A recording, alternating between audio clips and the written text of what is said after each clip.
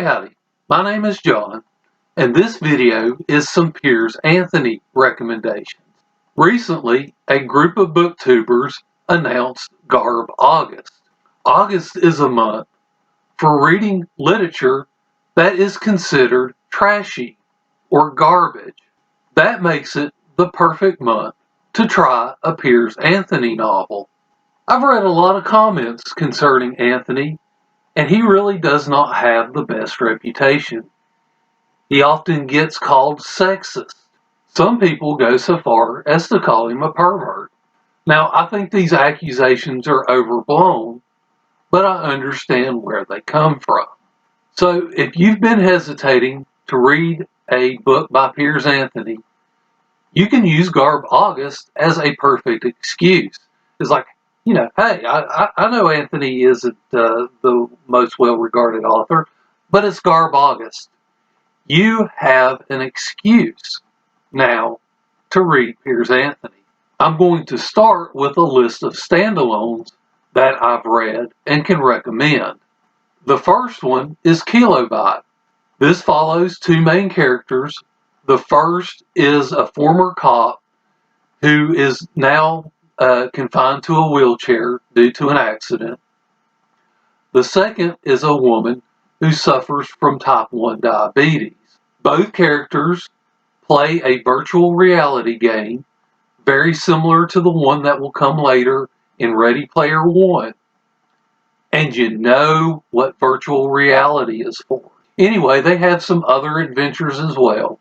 The next standalone is Shade of the Tree. This follows a man with two small children and whose wife has passed away, and he moves to a new home that his uncle has left to him. There are some kind of spooky supernatural things that go on, and they have to solve the mystery of what is going on. The last standalone that I'm going to recommend is Firefly. First of all, just look at the cover. That makes it a perfect choice for GarbAugust in and of itself. But just wait until I read the inside flap.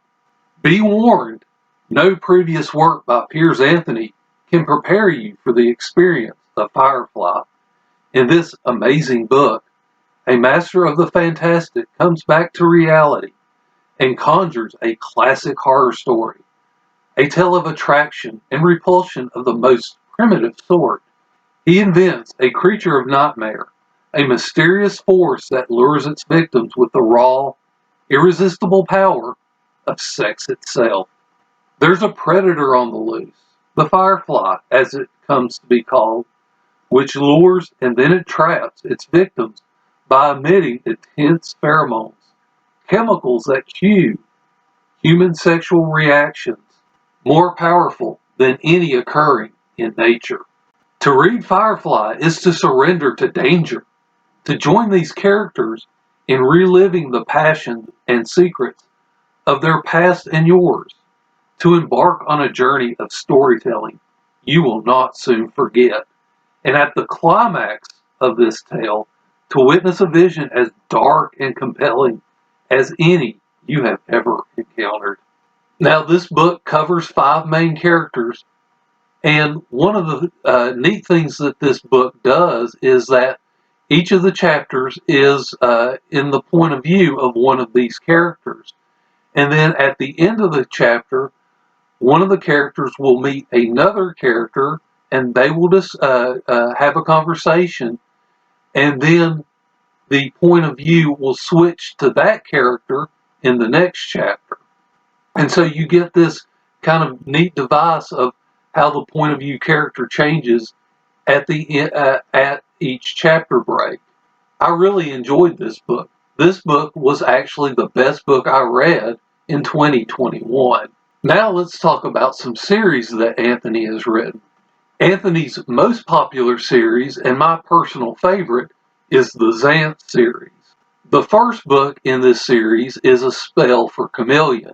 Now, I do recommend starting at the very first book, but Xanth is one of those series where you can kind of just pick up one at random and see if it's right for you. because each story really doesn't depend on you knowing what happens in the previous ones in order to enjoy that particular novel. In fact, the first book I read in this series was the fifth one.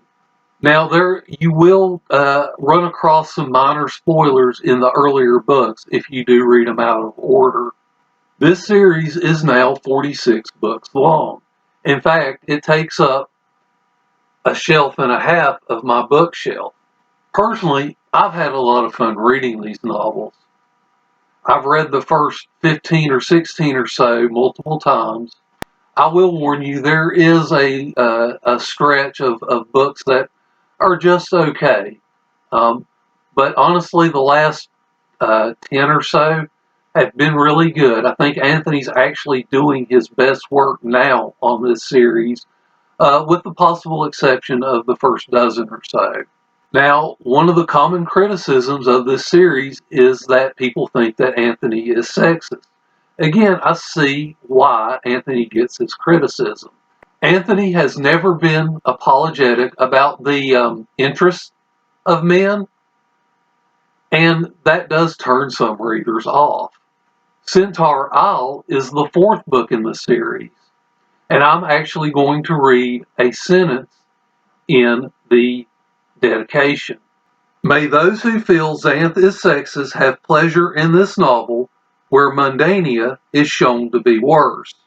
Mundania is what the Xanthians call the real world.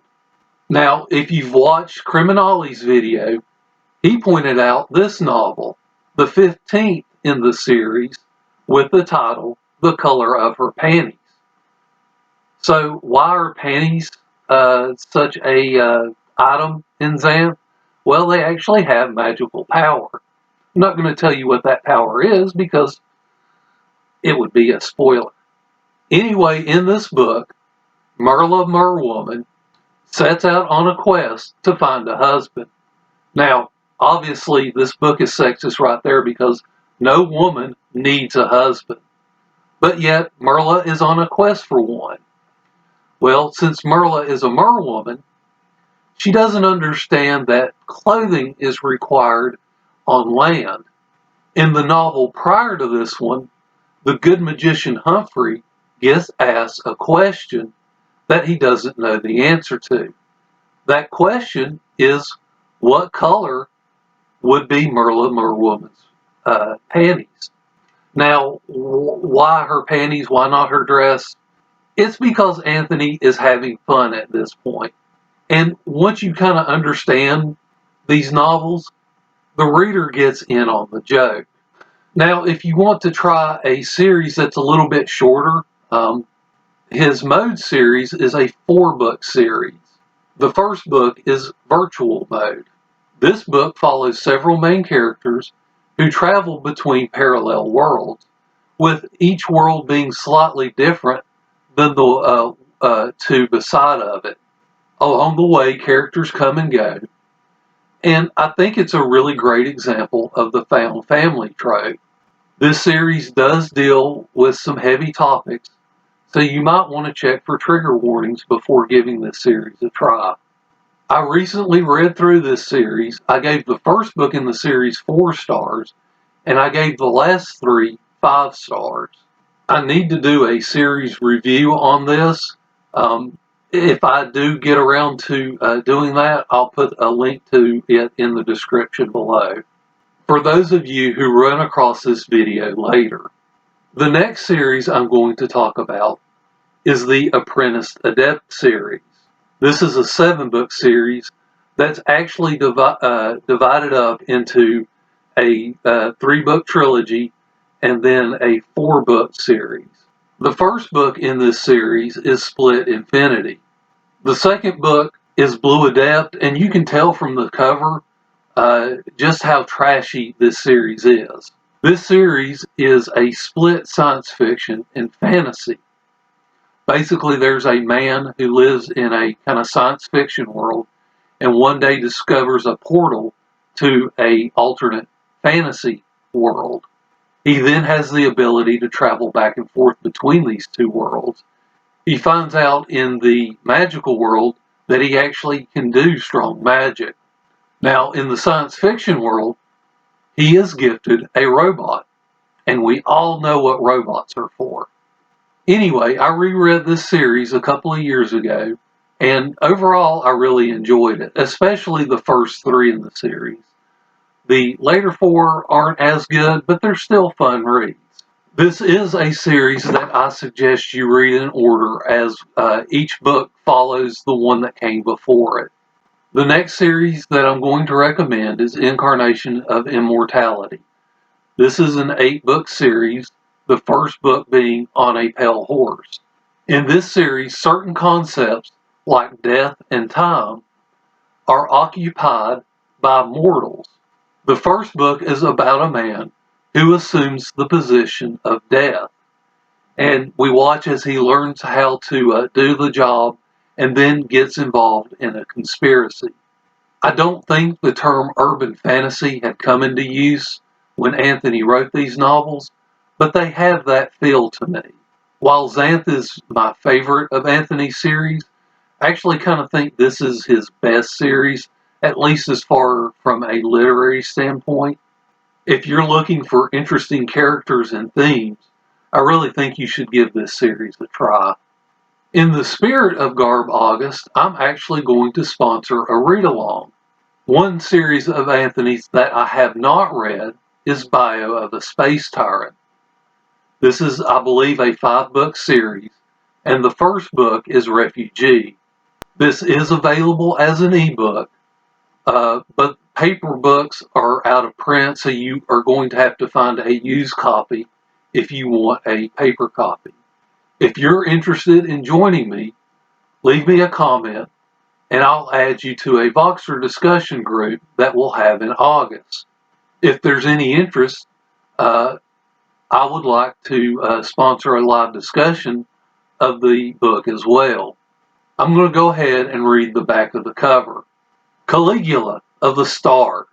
Though he was later accused of every crime and sexual perversion in the galaxy, Hope Hubris began as an innocent. Because he defended his older sister against the violent lust of a wealthy scion, Hope and his peasant family were forced to flee Callisto, one of the moons of Jupiter. Pursued by bloodthirsty scions across the airless desert, they barely escaped with their lives. The illegal space bubble was overcrowded with refugees, all hoping to reach Jupiter for asylum. But the space travelers had not reckoned on the terrible threat of high space. The pirates, barbaric men who rape, rob, and murder, with no thought but to satisfy their bestial appetites. It will take all Hope's ingenuity to survive, but the atrocity he witnesses will never die. There is only one way he can be rid of them: revenge. So it sounds like to me that this book fits perfectly into the theme of GarbAugust, especially the first week, sex and violence. And if you would like a little bit more information, I'll actually link to a 1-star review of this book in the description. Hopefully, I've given you some books by Piers Anthony that you are interested in reading. And if you do pick one up, I hope you enjoy it. Thank you for watching this video, and I hope you enjoy the rest of your day.